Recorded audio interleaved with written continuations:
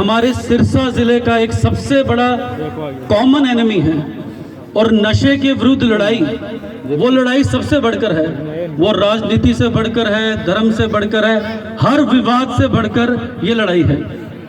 जिला पुलिस प्रशासन या सिविल प्रशासन चाहे जितनी भी मेहनत कर ले, अगर आप सब माता बहनों का, युवा का हमें साथ नहीं मिलेगा तो ये लड़ाई हम उतनी जल्दी, उतनी आसानी से नहीं जीत पाएंगे। क्योंकि आपको पता है आपके गांव में, आपके गली में कौन नशा बेचता है और कौन नशा का सेवन करता है। हमारे द्वारा जो जिला पुलिस करती है, पर्चे देना, कॉम्बिंग करना, घर की तलाशी करना, ये कंटिन्यूस प्रोसेस है। ये प्रोसेस चलता रहता है। पिछले साल 511 पकड़ लिए, इस साल और पकड़ लेंगे।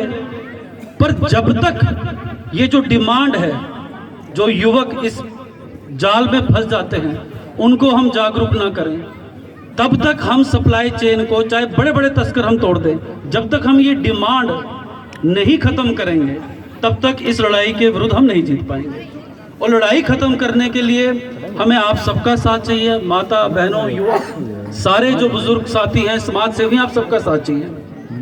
पहले भी जागरूक अभियान होते रहे, आप सबके लेवल पे होते रहे, पर इस बारी हमने यह मुहिम स्टार्ट की कि हम जागरूक अभियान को खेलों से जोड़ें।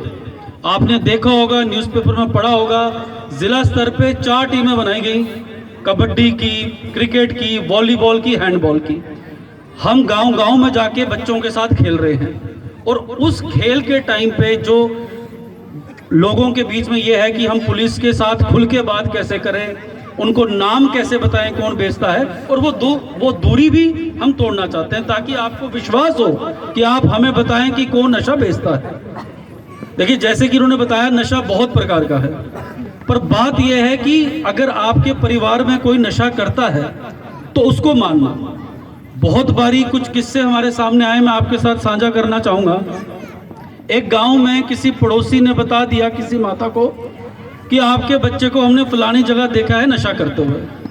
उस माता ने उस पड़ोसी के साथ लड़ाई कर ली और 3 साल बाद वो बच्चा गुजर गया।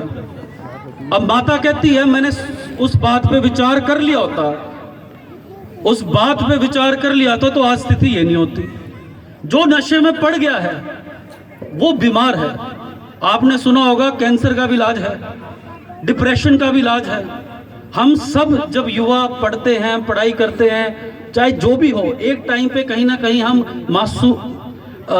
टेंशन के कारण कहीं ना कहीं डिप्रेशन में आते हैं। तो उन सब का इलाज है। तो नशे में जो पड़ गया उसका भी इलाज है। आप उसको बीमारी समझो, उसका इलाज है।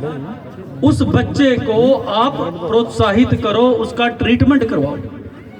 हमारे द्वारा जो हमने ड्रग एडिक्ट आइडेंटिफाई किए, 110 के करीब खुद डॉक्टर के साथ जाके ट्रीटमेंट करवाया, उनकी दवाई स्टार्ट की। पर जो साथ देगा उसको उस लड़ाई में, वो आप सब हो, वो समाज है। आज कुछ परिवार को लगता होगा, भाई अगले के घर में नशा है, मेरा तो ठीक है। भाई तीसरी चौथी पीढ़ी में तुम ले आओगे। जब चिट्टे पे हमने वॉर किया, अब नशीली दवाइयाँ आ गई, देहात में सिरिंजे बिक रही हैं, तो आपको भी पता है कौन सा बेचे है, कौन सा नहीं बेचे है। तो आप अगर मान लें 100 बंदा गांव में है तो 10 ही तो बेचते होंगे, तो आप 90 बंदे लोग मिलके क्या 10 को नहीं समझा सकते? आप ही में से फिर बंदे उनकी जमानत करवाते हैं। काहे करवाते हैं?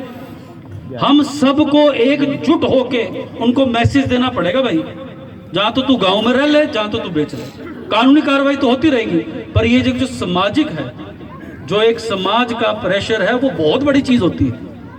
अब आप उनको बोलो, भाई बहुत जहर बेच लिया, कितनी कमाई खाएगा? कर्म से बड़ी चीज कहते कोई नहीं। फिर क्या है, किसी के माँ के बच्चों को खराब कर रहा है। तो नशा चाहे जिस भी प्रकार का हो, जितने भी बच्चे यहाँ बैठे हैं, आप ना बोलोगे, आप कोई पंजाबी गानों में अफीम का जिक्र हो जाता है, फिर आप सोचते हो कि जो नशा बेचता है उसने बाइक ले ली, ब्रांडेड कपड़े पहन लिए, तो आपको हम जेल भी दिखा देंगे कि जेल में भी वही जाते हैं। हरियाणा से सबसे ज्यादा लोग, चाहे ओलंपिक हो, कॉमनवेल्थ हो, सबसे ज्यादा मेडल लेके आते हैं। और हम ये चाहते हैं कि हमारे सिरसा से जब भी हो आगे और बच्चे नाम कमाएं और मेडल लेके आए। तो कृपया करके आप किसी भी बंदा आपको कोई भी लोभ दे, आप नशा नहीं करोगे। जो कर गया है उसका छुटवा सकते हैं, छोड़ा जा सकता है, उसका मनोबल बढ़ा के रखें। हमारे एडीजीपी साहब कहते हैं कि अगर भारत पे अटैक हो जाए तो आप सब खड़े होंगे ना।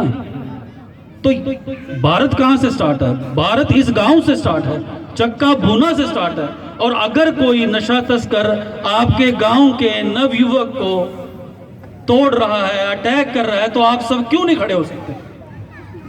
आप सबको पता है कौन है कौन नहीं।